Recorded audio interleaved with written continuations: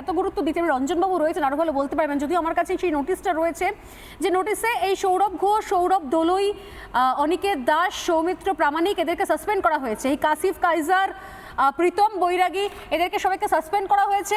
দিনে দুবার ব্যবহার করো স্টপেজ ক্রিম আর নিজেকে রাখো evergreen. Keya Seth aromatherapy stop age cream, আর খুঁজে পাও নতুন আমিকে। এবং খবর নাকি সাসপেন্ড করার পরে নাকি সব বেড়াতে চলে গেছে, দারুণ দারুণ সব পোস্ট করছে, এ ওখানে ও ওখানে নাকি বেড়াতে চলে গেছে, ঘুরতে বেড়াতে চলে গেছে, নাকি এদেরকে ইনস্ট্রাকশন দেওয়া হয়েছে কদিন তোরা গা ঢাকা দিয়ে থাক, সামনে আসবি না, সাসপেন্ড করানো হয়েছে সেই জন্য যাতে বাঁচানো যায়। রঞ্জনবাবু রয়েছেন এখানে। আমার ডক্টর রঞ্জন ভট্টাচার্যের কাছে ডাইরেক্ট স্পষ্ট প্রশ্ন, যে এই সিন্ডিকেট নিয়ে এত কথা শুনছিলাম, সাধারণ মানুষ সত্যি এত কিছু বোঝে না, যে সার্টিফিকেট নিয়ে সিন্ডিকেট চলছে, তোলাবাজি চলছে, টাকা আদায় চলছে, এত কিছু চলছে। কিন্তু আজকে যখন এই মেয়েটির বক্তব্য শুনছিলাম, আমি তো শুনে মানে আমার শিরদাঁড়াদি ঠান্ডা একটা স্রোত বেয়ে গেল, যেটা কি শুনছি আমি।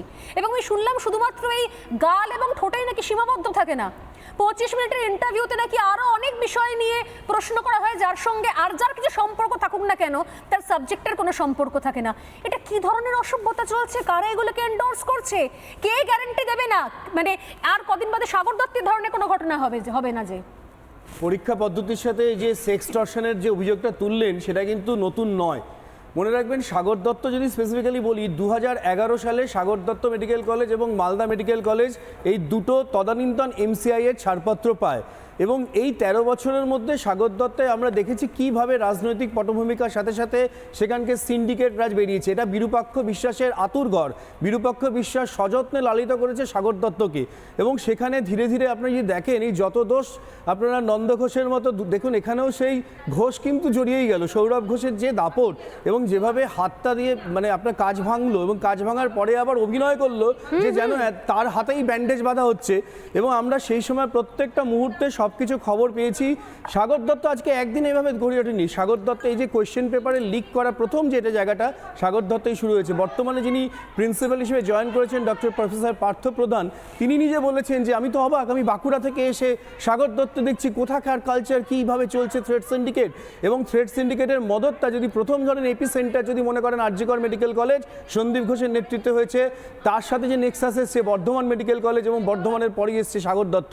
এবং এই তিন জায়গায় জুনিয়রদের প্রভাবিত করে তাদের কোয়েশ্চেন পেপার লিক করা। এবং কোয়েশ্চেন পেপার লিকের একটা অদ্ভুত পদ্ধতিও আজকে খুঁজে পেলাম, সেটা হচ্ছে যে আগে বেশি টাকা দেবে, ধরুন 20,000 টাকা দেবে, সে কোয়েশ্চেন পেপারটা পাবে হয়তো 3 ঘন্টা আগে। আর যে হয়তো কম টাকা দেবে, 5,000 টাকা দেবে, সে কোয়েশ্চেন পেপারটা পাবে পরীক্ষা শুরু হওয়ার ঠিক 5 মিনিট আগে। এবং তারা সরাসরি চলে যাচ্ছে সেখানকার বাথরুমে, এবং সেখানে সেই কোয়েশ্চেন পেপার আনসার পেপার দেখে 45 মিনিট বাদে পরীক্ষা শুরু হওয়ার, রিপিট 45 মিনিট বাদে পরীক্ষার হলে ঢুকছেন এবং কোয়েশ্চেন অ্যান্সার মিলিয়ে সেখান থেকে লেখালেখি করছেন। সিসিটিভি ক্যামেরা রয়েছে, কিন্তু সবাই জানে যে ওই সিসিটিভি ক্যামেরার ফুটেজ কেউ কোনোদিনও পরীক্ষা করবে না, বা করলেও পরে ওটাকে তাদের এই সিন্ডিকেট বাহিনী এডিট করে এমন একটা সুন্দর পদ্ধতিতে সেই সিসিটিভিকে এনএমসিকে পাঠাবেন যেন পরীক্ষা পদ্ধতি নির্বিঘ্নে সম্পন্ন হয়েছে। আর সেক্সটর্শন তো বরাবরই একটা বড় অভিযোগ রয়েছে, এবং ডক্টর বিরূপাক্ষ বিশ্বাসের নামে ভুরি ভুরি অভিযোগ যেরকম রয়েছে, তার মধ্যে একটা কিন্তু এই সেক্সুয়াল হ্যারাসমেন্ট। এবং আমার যতদূর মনে পড়ে, এই সাগর দত্ত মেডিকেল কলেজের কিন্তু বেশ কিছু ছাত্ররা একদম অন ক্যামেরা সেটা ভাইরাল হয়েছে অনেক জায়গাতে, যে বিরূপাক্ষ বিশ্বাস মার খাচ্ছেন এই সেক্সটর্শনের জন্যই। তাই এটা যে একটা হিমশৈলের চূড়া মাত্র। এর থেকে যদি তদন্ত করা যায়, এরকম জেলায় জেলায় সিন্ডিকেট বেরোবে।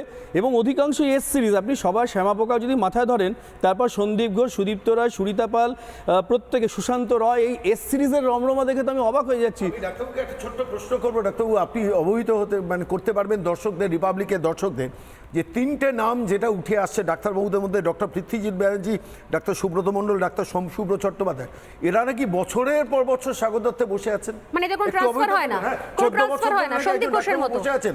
আমি শুনছিলাম ডাক্তার সোমশুভ্র চট্টোপাধ্যায়, তিনি 14 বছর ধরে তিনি ওখানে সাগর দত্তে বসে আছেন, এবং উত্তরপাড়ায় তার একটা পেশেন্ট কুল আছে, সে তাদের চিকিৎসা করানোর জন্য সাগর দত্তে তার পার্মানেন্ট বাসস্থান হয়ে গেছে। অসাধারণ। প্রফেসর সোমশুভ্র চট্টোপাধ্যায় আমার সাথে একই সাথে পদোন্নতি ঘটেছে, এবং প্রফেসর হিসেবে যদিও অনেক জুনিয়র, হয়তো তার চেয়েও সিনিয়র ছিল, কিন্তু কোনো এক অজানা শক্তির লবিতে হয়েছে। কিন্তু এক্ষেত্রে বলবো যে সোমশুভ্র চট্টোপাধ্যায় কিন্তু ওখানে বরাবরই খুব ভালো দক্ষ সংগঠক হিসেবে ভূমিকা পালন করেছে, তাই তাকে হয়তো উপযুক্ত পুরস্কার দেওয়া হয়েছে। কারণ 14 বছর ধরে আছেন শুনেছি। একদম, এবং তার সাথে মনে রাখবেন এই সিনিয়র লেভেলে কিন্তু কেউ এই সিন্ডিকেটে যুক্ত নয়। একটা হচ্ছে প্রথমত একটা প্রিন্সিপাল এমএসবিকে টার্গেট করে, তারপর হচ্ছে এসআর লেভেলে, জুনিয়র রেসিডেন্ট লেভেলে, মাঝখানে প্রফেসর, অ্যাসোসিয়েট প্রফেসর, এরা তো নবরত্নের মতো। এরকম দু একটা পেয়ে গেলে তারা মানে একটা সারপ্রাইজ বোনাস এরকম পাওয়া যায় না। কিছু বলার নেই। মানে আমি আরো দুজন চিকিৎসক রয়েছেন, শুভদীপ বসু, চিকিৎসক শুভদীপ বসু এবং চিকিৎসক প্রসূন কুমার ঘোষ। আমি দুজনের কাছেই আসবো, তবে দুজনের কাছে আসার আগে এই মুহূর্তে আমি একটুখানি লাইভে যাব, কারণ আমি কিছুক্ষণ আগে বলছিলাম না, সবাইকে বলছিলাম যে আমরা কি আরো একটা এরকম ভয়ঙ্কর ঘটনা অপেক্ষা করছি। এক অভয়ার বিচার এখনো পাওয়া যায়নি, এখনো মানুষ প্রতিবাদ করছে।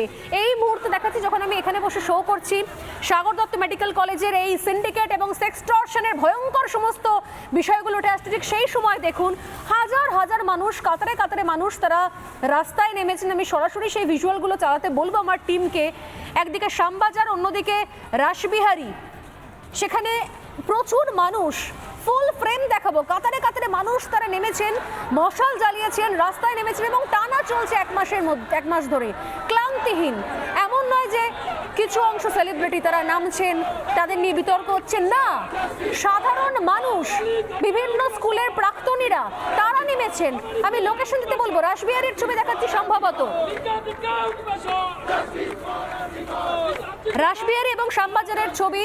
আমি টিমকে বলবো লোকেশনটা মেনশন করে দিতে, যাতে আরো বেশি মানুষ বুঝতে পারে। আমাদের সঙ্গে একটু অডিওটাকেও আপ করতে বলবো। আমাদের সঙ্গে রয়েছেন আমাদের প্রতিনিধি এলিনা। এলিনা, কি অবস্থা এই মুহূর্তে? মিছিল কোন দিকে এগোচ্ছে? স্লোগানগুলো কিরকম উঠেছে একটু দেখে নিন।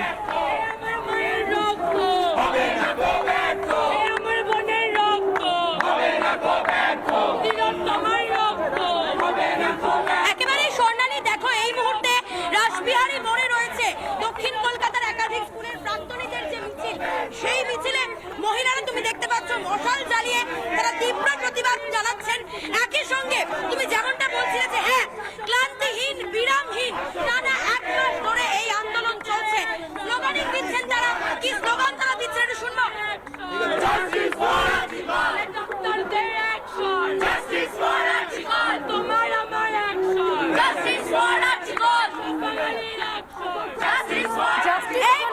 আরজিকরের জন্য জাস্টিস চাইছে, রাসবিহারীতে প্রতিবাদ হচ্ছে, সমস্ত স্কুলের প্রাক্তনীরা তারা নেমেছেন, টানা ক্লান্তিহীন প্রতিবাদ চলছে। অন্যদিকে উত্তর কলকাতাতেও শ্যামবাজারে সেখানে স্কুল প্রাক্তনীদের মানববন্ধন চলছে। আমি সেই ছবিটাও দেখতে চাইবো একবার। মধুকল্পিতা রয়েছেন আমাদের আরেক প্রতিনিধি, মধুকল্পিতা।